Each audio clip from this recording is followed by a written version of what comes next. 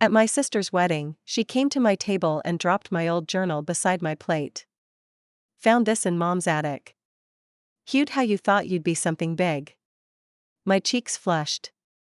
You read it? She grinned. Especially the part where you failed out of college.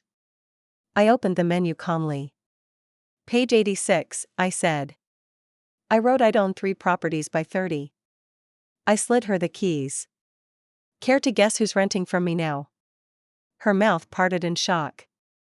We grew up in Langhorne, Pennsylvania, a place that hasn't changed much since the 90s, aside from a few coffee shops trying too hard to be Brooklyn. Our house sat on a tree-lined street where neighbors waved from porches and the ice cream truck still made its rounds in summer. To outsiders, we looked like your average middle-class family. But inside, there was a tension that only grew as we got older. I was the firstborn, Mara, always buried in books, notebooks, sketches. I filled my room with design magazines, blueprints, photos of modern Scandinavian homes. My dream was to study architecture and design sustainable homes in remote places. That dream lived mostly in the pages of my journals. I was introverted, sometimes awkward, and rarely knew the right thing to say in crowds. My younger sister Celine, on the other hand, could charm a wall. Pretty, quick with a joke, and naturally graceful, she had this aura that seemed to shine brighter the older we got. People were drawn to her. Teachers adored her. Family friends would always say, "Oh, Celine's going places," while they patted my shoulder and offered a polite smile. Celine was never cruel, not at first. But as she grew older, her kindness began to feel transactional. If she was nice to you, it was often because you were doing something for her. She didn't say it, but I knew she saw me as a backup plan. Someone she could roll her eyes at in private and tolerate in public. In high school, I got into NYU's architecture program. That was my moment. I thought, finally. My turn. But life doesn't always care about timing. My first year was okay. I struggled, but I kept my head above water. The city was fast, the classes intense, but I wanted it badly. Then, second semester, my dorm mate overdosed. It was one of those awful, tragic things that cracks something in your foundation. The image of her, lifeless, in our shared room, it haunted me. I stopped sleeping. I stopped eating. I started missing deadlines and stopped showing up. I spiraled quickly. By summer, I was on academic probation. By fall, I had officially dropped out. Back in Langhorne, everything felt heavy. People didn't ask questions, but I could feel the judgment. My mom tried to soften the fall, always saying things like, "Maybe you just needed a pause." Dad avoided the topic entirely. Celine? She weaponized it. She always thought she was the smart one, I heard her say to a friend once when she thought I wasn't listening. Can't even finish college. Guess she wasn't that smart after all. That one stuck with me. While Celine went off to Philadelphia, got a job in marketing, and started posting filtered brunch pics on Instagram, I started working at a local hardware store. It wasn't glamorous, but it paid the bills. And behind the scenes, I started rebuilding. I took online courses in real estate investing. I went to open houses just to ask questions. I studied zoning laws and watched YouTube videos about DIY renovations late into the night. I bought my first duplex at 24. It was in rough shape, rot in the floorboards, water damage, terrible insulation, but I threw myself into the renovation. Weekends disappeared into drywall, paint, and plumbing tutorials. I rented out the upstairs unit after 3 months. Then came the second property. Then the third. I never told anyone. Not even my parents. It wasn't secrecy, exactly. I just didn't want another voice over my shoulder, praising, doubting, commenting. I wanted this one thing to be mine. Meanwhile, Celine's life unraveled. Her husband at the time, Tyson, was arrested for embezzlement and fled the country before the trial. She was left with a baby, bills, and no support. She moved back closer to home. Through a property manager, she ended up renting one of my places, a 2-bedroom row home in Manayunk. I didn't say a word. She didn't know who owned the place. I kept the management company as a buffer. We hadn't spoken much in years anyway. Then came her wedding to Luke. Nice guy. Quiet. A physical therapist with a soft smile and a sincere handshake. I didn't want to go. But my mom asked me to. Just come. Please. It would mean a lot. So I went.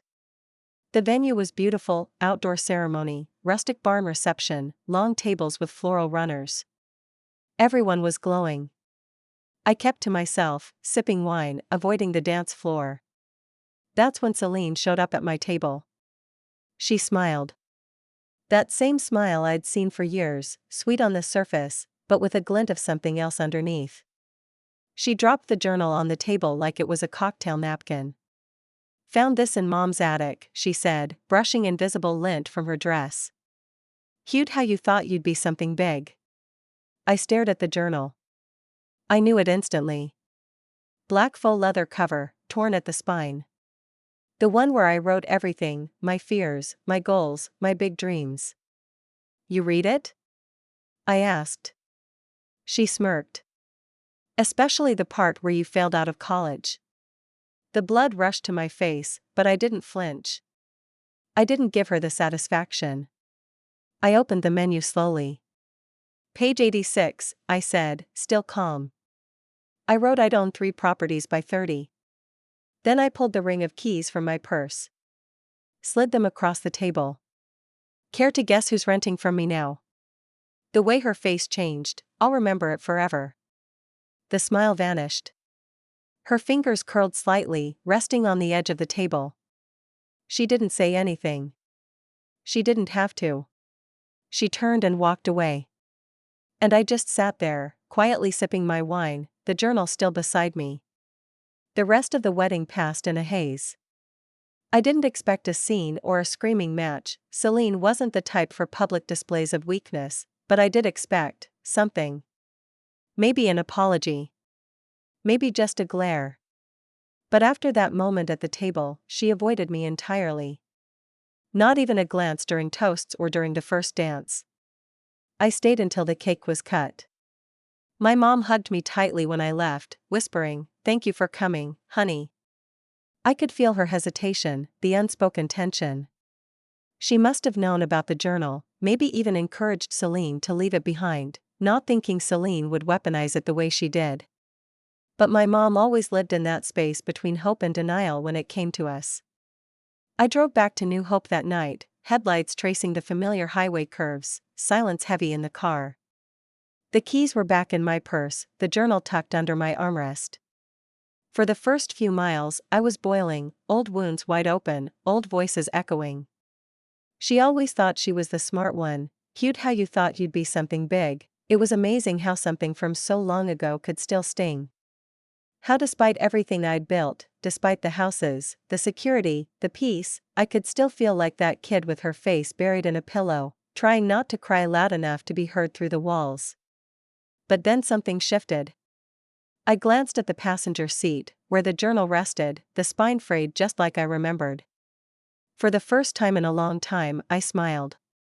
Because while Celine might have tried to use that journal to embarrass me, what she actually did was hand me proof. Proof that I'd made it. That the wild, hopeful girl who wrote her dreams in loopy handwriting had made good on her word, even if it happened differently than she expected. That night, I lit a fire in my little fireplace, made some chamomile tea, and opened that journal again. I hadn't read it in years. It was like sitting down with a younger version of myself, one who hadn't yet been bruised by disappointment or betrayal. One who believed, deeply, that she would create a life of her own design. And that girl? She'd be proud. The next morning, I checked my property manager's dashboard. Celine's rent was due in 4 days. She was never late, if anything, she always paid early. I stared at her name in the system. S. Albright, it read.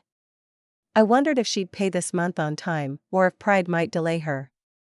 She did end up paying. Same day as always.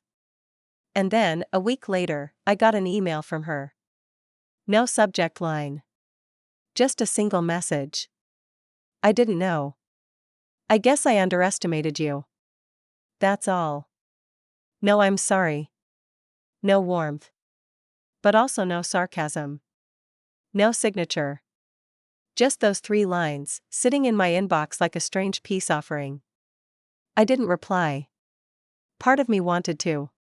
Part of me still itched to say something, anything. Not to gloat, not to hurt. Just to understand. But we'd never had that kind of relationship. There was no foundation of trust to lean on. Any conversation would have been hollow. Instead, I moved forward. I put in an offer on a 4th property, a little fixer-upper in Yardley that had been sitting on the market too long. The seller had already dropped the price twice. The siding was a mess, the lawn a jungle, but I saw potential. I always did. I had it under contract within 2 weeks.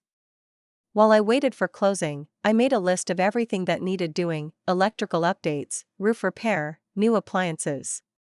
I arranged walkthroughs, priced contractors, and bought a new pair of work gloves.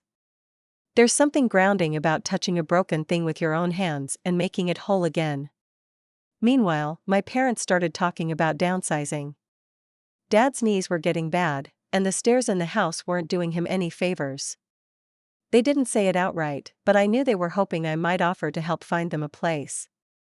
One Sunday, over brunch, Mom dropped the hint. We've been looking at some of those senior communities over in Levittown. You know, the ones with the little ponds and the clubhouses. Sounds nice, I said. She sipped her coffee. It would be easier if someone could guide us through it. Someone who knows the market. I smiled. I might know someone. They beamed at me. And for the first time, I realized they saw me. Not as a kid who failed, not as the one who came back home broken, but as the one who quietly rebuilt everything from the ground up. Celine was still renting the Manayunk house. I figured she'd stay there until her lease ran out in December. Whether she'd renew was anyone's guess. We hadn't spoken since the email. Occasionally, I'd check her Instagram out of habit. Pictures of her and Luke at parks, baking cookies with her son, matching pajamas at Christmas. I didn't hate her. I didn't even resent her, not really. But I didn't miss her, either. The truth is, we never had much to rebuild. What existed between us had always been more competition than connection. She played the role of star, I played the shadow. And I'd outgrown the script. One evening, while replacing cabinet doors in the Yardley place, my phone buzzed with a notification from my tenant portal. Rental inquiry, new applicant, S. Albright. I stared at it for a long moment. She was applying for another one of my properties. I stared at the screen for longer than I should have. My gloves were still on, covered in specks of wood dust and old varnish. The notification glowed at me from the cracked face of my phone: new application, S. Albright. Attached was a message via the rental portal, impersonal and professional. Hello, I'm interested in the 2-bedroom listing on Elmhurst Avenue. I'm currently residing in Manayunk, but looking to move to a quieter neighborhood. Thank you for your time. Celine A. No acknowledgement of who I was. No indication she knew. But she did. She had to. There was no universe in which she didn't recognize the name of my company on the lease by now. She'd paid rent through the portal for nearly a year. She knew. It felt like a test. Or maybe a challenge. I didn't respond right away. Instead, I walked outside into the early spring dusk, the air damp with the smell of thawing soil and blooming things. I sat on the front steps of the Yardley house and let my thoughts churn in silence. This property was quieter, more suburban. Closer to my parents. A place where her son could ride a bike on a cul-de-sac and hear crickets at night instead of sirens. I understood why she wanted it. What I didn't understand was why she thought I'd just let it slide. But then again, what was there to confront, really? What would I say? Hey, I saw you applied. Did you forget I'm your landlord? She knew. She absolutely knew. And in a strange way, I respected the nerve of it. Still, I let the application sit for 2 full days. On the third day, I finally replied, "Hi Celine, thank you for your interest in the Elmhurst Avenue property. Let's schedule a showing." Mara short, neutral message. Nothing warm, but nothing cold either. The next afternoon, she replied. Time confirmed. She'd bring her son, Luke, too. I spent the day before the showing scrubbing the place top to bottom. I wasn't sure why I cared so much. I'd done dozens of these showings. Tenants came and went. Most never even knew my name, just saw the Weathers Realty header on their lease and sent their payments in. But with her, it felt personal. I arrived early. The house was quiet, staged lightly with the usual furniture I kept in storage for viewings. Celine showed up right on time, Luke beside her, and her son, now about 4, holding her hand, a stuffed dinosaur tucked under his arm. When she saw me at the front door, her expression didn't change. Not even a flicker of surprise. "Mara," she said, like she'd known all along I'd be there. "Celine." Luke extended a hand. "Hey. Thanks for meeting us." We went through the house like we were strangers. I pointed out the refinished hardwood, the upgraded windows, the attic storage. Celine nodded politely, her eyes sweeping the space as if she hadn't once told me I'd never be anything. The boy, Colin, asked if he could go see the backyard, and Luke followed him out through the sliding doors. That left the two of us in the kitchen. The same kitchen I'd repainted just last month. The same tile backsplash I'd installed with my own hands, kneeling for hours until my back ached. Celine opened a cabinet, closed it again. Her hands rested on the counter. "I didn't know you were going to be here," she said, finally. I leaned against the doorway. "You applied to my property. I figured someone else would handle it." "Like before." I shrugged. "I'm still involved." A pause. Then she looked at me, really looked at me for the first time in years. "You were always building something," she said. I just didn't see what it was until now. There was no apology in her voice, but no malice either. Just a quiet, matter-of-fact realization. A recognition of sorts. "I never needed you to see," I replied. "I just needed space to build." Another pause. Then she nodded. Luke and Colin came back in, Colin chattering about a robin's nest he'd seen near the fence. I gave them the usual wrap-up, next steps, application confirmation, move-in timelines. Everything professional. By the time they left, it was like any other showing. Just another tenant. Just another business transaction. But I stood in the doorway long after their car pulled out of the driveway, keys still in my hand. That night, I sat on my porch at home, the stars faint above the trees, and thought about how odd it was to finally be in control of the script. For so long, I'd been reacting, recovering, surviving. But now, I was choosing. Curating. Deciding what stayed in my life and what didn't. A few days later, I approved her application. She moved in on the 1st of the month. We haven't spoken since the showing. Not directly, anyway. She pays rent on time. Keeps the property clean. Occasionally, I see maintenance requests come through the portal, a leaky faucet, a stuck garage door. Standard things. She sends them in under tenant S. Albright. No calls. No texts. Just the quiet rhythm of tenancy. I sometimes wonder if she tells people. If her friends know who owns her house. If she refers to me as her sister or just as her landlord. Either way, I sleep fine. I wake up early. I make my coffee. I drive to whichever property needs the most work that week. And sometimes, in the rare moments I have time to breathe, I pull out that old journal again. Page 86 still makes me smile. I didn't become anything flashy or grand. I became steady. Quietly successful. Unshakable. And for once, I'm not waiting for anyone else to notice. A few months passed. The rhythm of life settled into something easy. Yardley was coming along, slowly, but beautifully. The front porch was finally redone, the landscaping had some shape to it, and I had a long list of interested tenants even before it officially hit the market. Celine's new place on Elmhurst stayed quiet. No issues, no complaints, no emails beyond the occasional maintenance request. Her son started pre-K nearby. I saw them in passing once, at a local farmer's market on a Saturday morning. She didn't notice me at first. She was crouched beside a booth, helping Colin pick out apples. Luke was holding a coffee and laughing with another dad. I almost walked past, unnoticed. But then she glanced up and froze. I gave her a small nod. Nothing more. She nodded back, like a stranger you'd once gone to school with but didn't really know. That was enough. 2 weeks later, my parents officially asked for my help with downsizing. I found them a charming ranch-style home not far from a lake in Levittown, single-story, lots of natural light, manageable yard. I negotiated the deal, handled the paperwork, and gifted them the closing costs as a surprise. My dad teared up. Mom didn't stop hugging me for 5 full minutes. They moved in during early fall. Crisp air, yellow leaves, new beginnings. It wasn't long after that I got the email from Celine. Subject: question about lease renewal. Hey.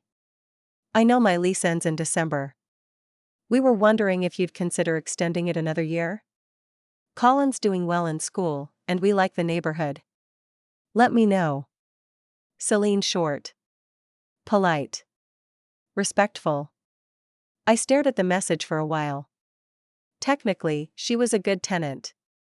Paid on time, kept the place in good shape. From a business standpoint, renewing would have made sense. But from a personal one? No. I had nothing left to prove. I didn't need revenge in the form of spite or eviction. I didn't want to play games. I just wanted to reclaim my space, and set the tone, for myself. So I crafted my reply carefully. Hi Celine, thank you for reaching out. I won't be renewing the lease. I'll be selling the property early next year, and we'll need to prepare for the listing and showings. Per your lease agreement, this gives you 60 days notice. I'm happy to offer a glowing tenant reference if needed. All the best, Mara. I didn't expect a reply. But she did respond the next day. Understood. Thanks for letting us stay here as long as we did. I'll start looking. Celine. No pleading. No attitude. Just acceptance. That winter, while she packed up and prepared to move again, I finalized the Yardley house and listed it at a price just under market, something to bring in solid interest and a fast sale. It worked. The place went under contract in 5 days. The buyer? A single mom from upstate who wanted to be closer to her parents. She reminded me of someone. Someone who had once packed up her life in pieces and tried to start over quietly, without asking for help. I offered her $2,000 off the closing costs, just because. Sometimes kindness feels like the biggest power move of all. As for Celine, she moved out in mid-January. My property manager handled the walkthrough. The house was spotless. The key was left in the lockbox on the porch. No note. No drama. Just a clean break. The day after she moved out, I got one last message. Mara, I know we'll never really be close. That's okay. But I hope you know I see it now. You did become something big. Celine. I didn't reply. There was nothing left to say.